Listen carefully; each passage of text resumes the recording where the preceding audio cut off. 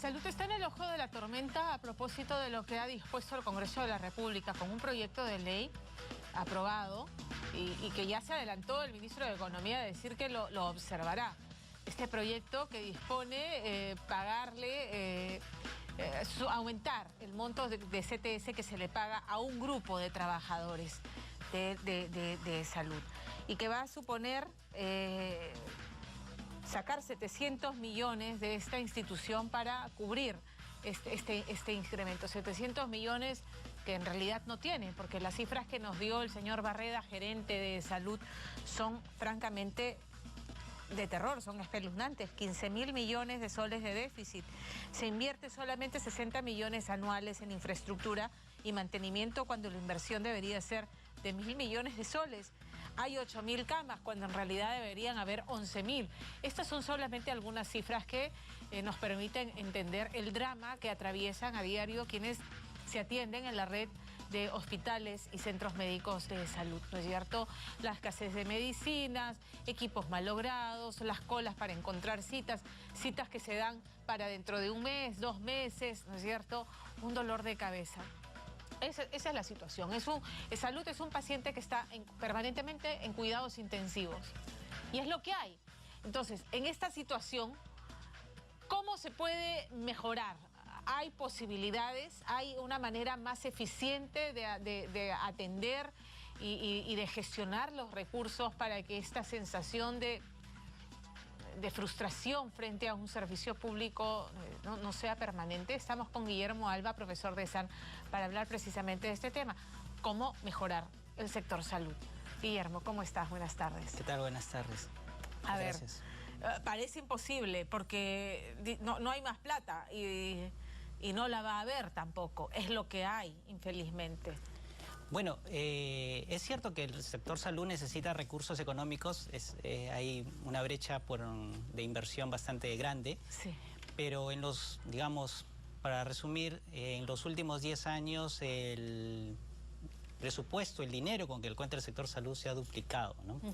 Entonces, los indicadores económicos de inversión son necesarios, pero los indicadores sanitarios son los que no han mejorado, ¿no? Entonces, yo he mejorado a pesar de que el porcentaje, de repente, midiéndolo como porcentaje del PBI, está todavía por debajo de 5, pero digamos que sí ha habido dinero. Entonces el problema, digamos que por un lado sí son necesarios los recursos porque la brecha es grande, pero digamos que con lo poco o mucho que tenemos que empezar a hacer algo, porque obviamente la gente necesita una respuesta rápida. Es un tema de gestión de recursos, de ser eficiente en el gasto y de ser eficiente en la gestión. Así es. De recursos económicos y de recurso humano. Así es. Muy bien. Vayamos avanzando con las diapositivas, por favor, Edith, para ir avanzando en el tema. Mecanismo de mejora, recursos humanos, que es lo que estábamos hablando, sí. Procesos, ITI, si me explicas.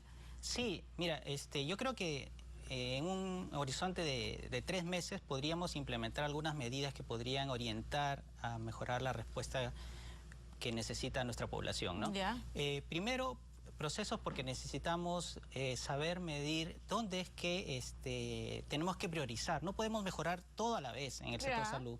Tenemos que ver cuál es ese punto donde tenemos que enfocarnos, de repente, dónde es que se está quedando el presupuesto de repente para medicamentos, por qué es que tenemos las colas.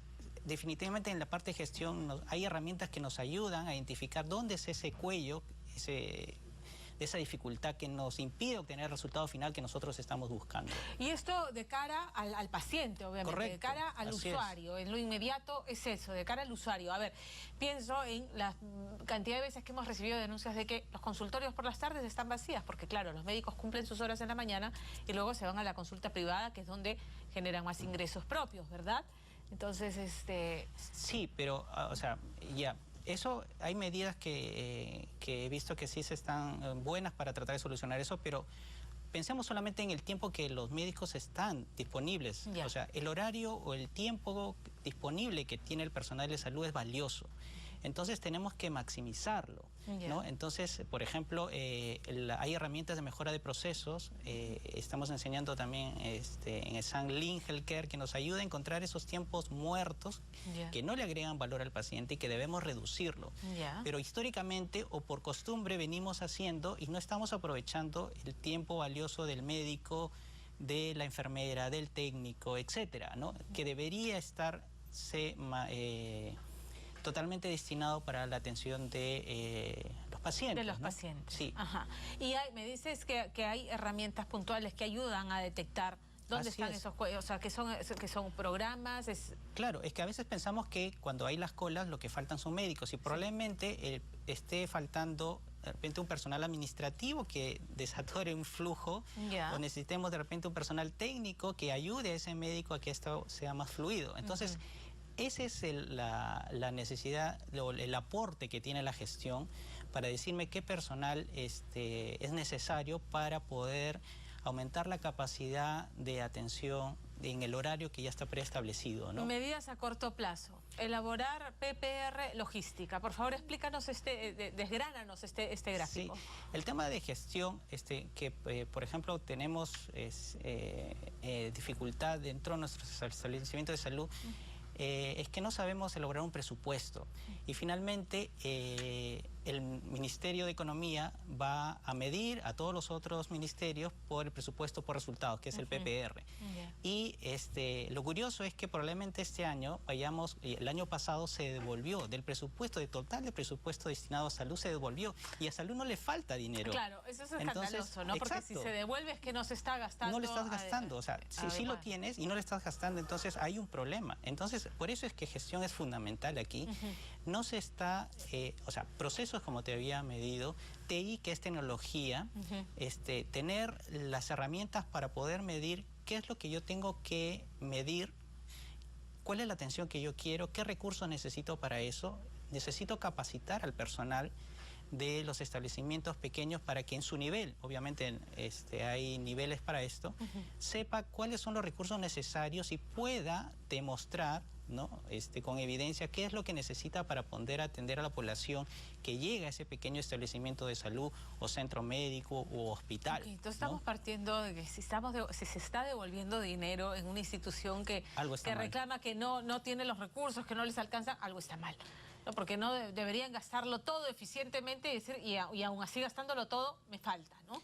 Sí, bueno, no es específicamente de salud, sino de todo el sector, en realidad. Y eso es porque no se sabe, lo que decías al principio, no se sabe elaborar presupuestos, claro. No se sabe elaborar procesos, pero eso parte de tener los procesos bien establecidos. De acuerdo. O sea, no estamos, todos los otros, las áreas económicas saben exactamente cuáles son los pasos, pero lamentablemente, bueno, a nosotros como médicos nunca nos han preparado, no hemos tenido un curso en temas de gestión y sí se hace necesario, ¿no? Estamos, el personal médico y todo el personal de salud peruano es muy bueno, yo confío en su capacidad técnica y es más, son reconocidos internacionalmente, ganan muchos premios, ¿no? Pero necesita una parte de gestión que le ayude a tomar decisiones, que es para lo cual es la gestión, cuando está frente al paciente, ¿no? O tenga responsabilidad a un grupo de población. Entonces, eso es lo que le tenemos que pedir probablemente a nuestros médicos y a nuestro personal administrativo para que haya un lenguaje de tal forma que se pueda entender y trabajar juntos, ¿no? O sea, es esa la idea. Sí, nos pasa la siguiente diapositiva, por favor. Equipos de gestión itinerantes. Correcto. Entonces, eso es como medida, o sea, ok, si yo no tengo la competencia porque no me formaron, de repente en provincia, al interior del país, las necesidades en estos temas son mayores, de repente puedo formar equipos de gestión itinerantes que vayan al establecimiento de salud y le ayuden a establecer cuántos medicamentos necesitan. Tercerizar un servicio o de repente del mismo personal que tenga, por ejemplo, el MINSA o Salud, puedan destinar pequeños equipos pues de gestión de 3 o 4 o 5 personas que en forma itinerante ayuden a los establecimientos de salud en las competencias necesarias o qué es que les falta. De repente uno sabe un poquito más de procesos, pero le falta el tema de presupuesto. Claro. O no maneja recursos humanos, no maneja el tema de los horarios, ¿no? Etcétera. Entonces, ver in situ de repente cuáles son esas necesidades, de tal forma de poder mejorar la respuesta de gestión de estos pequeños establecimientos. Ayuda, identifica el problema. Así es, y de ahí me paso al siguiente establecimiento. ¿No? O sea, claro, a quienes están encargados del área les da las herramientas para poder manejarlos, ellos les enseñan y pasan a otra claro, área. No, porque es cierto que hay el personal de salud se tiene que ir capacitando en esto, sobre todo si asume posiciones de gestión, pero, o sea, hagamos algo también para poder ayudarlo, ¿no? Claro. Por ejemplo, en el tema de mapear procesos, los médicos no hemos sido entrenados para eso, o sea, para eso están, por ejemplo, los ingenieros, que ellos muy bien mapean procesos, ¿no? Entonces, es ayudarnos, así como cuando está enfermo pide ayuda al médico, así cuando necesita hacer procesos. No podemos esperar que el médico resuelva algo que no está dentro de sus competencias. Correcto. Pues, ¿no? El tema de los temas administrativos, encargárselos a quien tiene el expertise. Elaborar procesos de atención estandarizados. Uno creería que es así, pero no. Sí, lo que pasa... Siguiente lámina, por favor. Claro, lo que pasa es que las mayores quejas son por que hay colas o hay tiempos de espera, ¿no? Así Entonces, la relación médico-paciente es inalterable y se va a mantener así, o sea, cada paciente es único. Pero lo que yo sí puedo estandarizar es el proceso. Entonces, todo el personal de salud, el que trabaja, tiene que entender que antes de la consulta médica hay pasos previos y después también hay pasos previos. Entonces, no soy una isla, claro, ¿no? Entonces yo puedo hacer muy bien mi trabajo, pero si previamente no se hizo bien o si posterior no se hizo bien, el resultado sanitario en la salud de la persona falla, no se logra, ¿no? Entonces yo no puedo quedarme tranquilo diciendo, oh, yo hice bien mi partecita, ¿no? Entonces tenemos que trabajar en equipo y esa es la idea, ¿no? Y no está ocurriendo. No está ocurriendo eso, ¿no? Claro. Entonces, tendría que haber alguien por encima mirando que, digamos, todo el ciclo se complete. Sí, ¿no? O sea, por ejemplo, un paciente que salga de consulta... En términos prácticos, ¿no? Sí. Va el paciente, consigue su cita, llega donde el médico diagnostica, receta. Sí. Salgo con mi receta. Pero no sabemos si tiene primero la receta completa, ¿no? No sabemos después si lo ha tomado adecuadamente, si entendió eso, entonces... Eso, por ejemplo, con llamar al paciente posteriormente para saber si es que ha cumplido el tratamiento, ¿no? Ayudaría mucho para ver si es que ese paciente realmente ha mejorado, porque si no, luego regresa, ¿no? Y regresa, claro. Ahora, y regresa. Eso sería fabuloso, ¿no? Pero ni siquiera en la práctica privada ocurre, ¿no? O sea, por eso, es que estoy hablando un poco en general, porque también pasa esto en el sector privado, ¿sí? Claro, o sea, que te hagan el seguimiento así, son pocos los médicos que hacen ese... O la institución, O ¿no? la institución, de acuerdo. Recurso humano motivado y preparado. Sí. Wow. Hay muchas quejas, ¿no? Del maltrato, de la desidia, ¿no? De lo impersonal que es el trato, ¿no? Que pasa, porque hay tal volumen de citas y pacientes que... Claro, y pasa por... Se pierde un poco el trato amable. Sí, ¿no? Lo que pasa es que el tema de compensaciones no solamente pasa por el salario del médico, sino tal vez hasta que hay un centro de trabajo adecuado, de que los tiempos sean adecuados, que, por ejemplo, el otro día conversaba en clase, las mejores impresoras, las más rápidas, o el equipo, la computadora más rápida debería estar en el front, de repente la persona que atiende al público, no en el director probablemente, porque si falla, yo necesito que atiendan más rápido. Entonces este tema, obviamente la persona que está ahí, si el sistema se cuelga, si esto va rápido, como que desmotiva. Entonces hay otras áreas que la gestión de recursos humanos evalúa, ¿no? O sea, ahora hay temas de evaluación, de satisfacción del personal para lograr el tema de flexibilidad de repente para las mamás que tienen niños gestantes o que también se enferman, ¿no? Entonces, también ese tipo de medidas, cuidar el personal, hablar, con medidas sencillas, ¿no? que pueden resolver y que pueden mejorar su actitud hacia el trabajo. Sí, y que no sea una cosa monótona. Y además porque en salud no hay forma de brindarla si no es a través de las personas. Así es. ¿No? Entonces es salud a través de las personas. Entonces yo necesito que estas personas médicos, enfermeras, técnicos que tienen contacto con las personas estén con la motivación adecuada. Absolutamente, son el rostro de la cara que representa la institución. Así es. Esto me parece fundamental, atención primaria de salud como estrategia. Mucha gente va a los grandes hospitales donde se o sea, de gran complejidad para cosas que deberían ser atendidas en la red primaria, ¿no es cierto? Sí, pero el problema ahí, fíjate que este año se cumplen 40 años de Alma Ata, de esta estrategia de atención primaria, ¿no? Y hemos tenido un representante peruano, ¿no?, que ha formado parte de la organización de aquel evento internacional, pero no hemos avanzado mucho. Entonces, lo que pasa es que no se le resuelve el problema a la persona cuando va a un establecimiento de primer nivel. Pero además, por eso explicarle a la gente, un establecimiento de primer nivel son las postas, los centros médicos. Así es, que están más cerca a la casa. Claro. ¿No? Ahora, eso es una parte. Sí, no es que vayan de frente al gran hospital.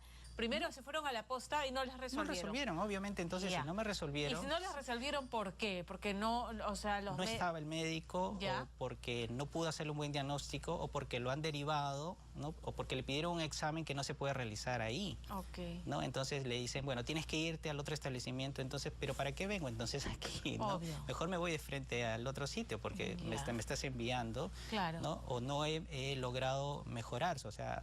sigo con mi problema, no he hecho un buen diagnóstico, ¿no?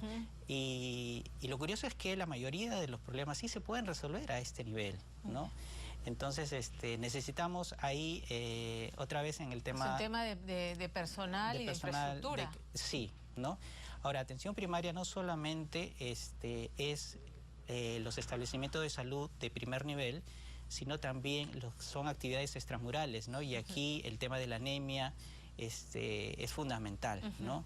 Creo que yo, para resumir, por ejemplo, cuál es el impacto de la anemia, ¿no?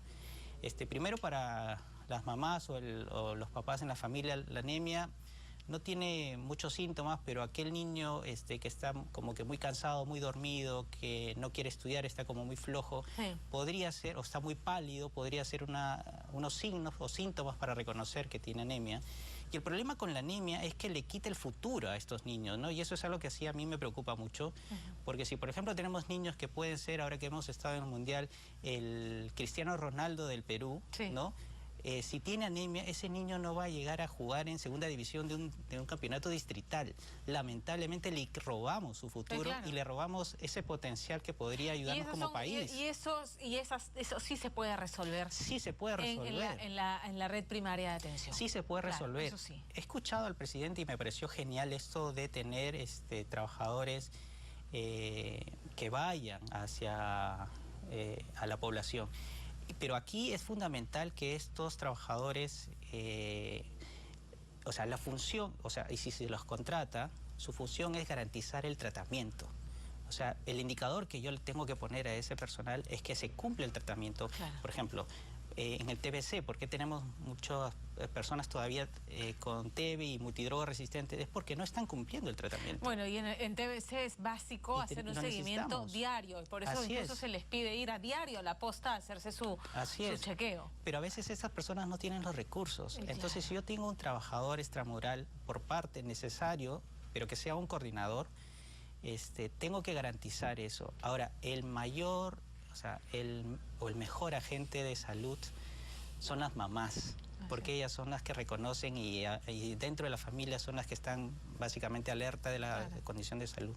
Entonces tenemos que empezar, digamos, a dar información sencilla, por ejemplo, en este tema de la anemia, ¿no? O sea, si ven que el niño está muy decaído, muy flojo, muy desganado, está muy pálido, sería bueno que lo lleven a una posta para medir, o sea, cuánto tiene de hemoglobina, porque es la única manera, ¿no? Entonces, de saber potenciar, entonces, en resumen, potenciar la red de atención primaria para descongestionar, pero potenciar con personal calificado, con infraestructura, con medicinas para descongestionar los grandes hospitales, atender al personal, porque son cosas que no se requiere gran cantidad de presupuesto, sino es un tema de gestión de recursos humanos y de uso óptimo del dinero, porque si se está devolviendo presupuesto me parece escandaloso.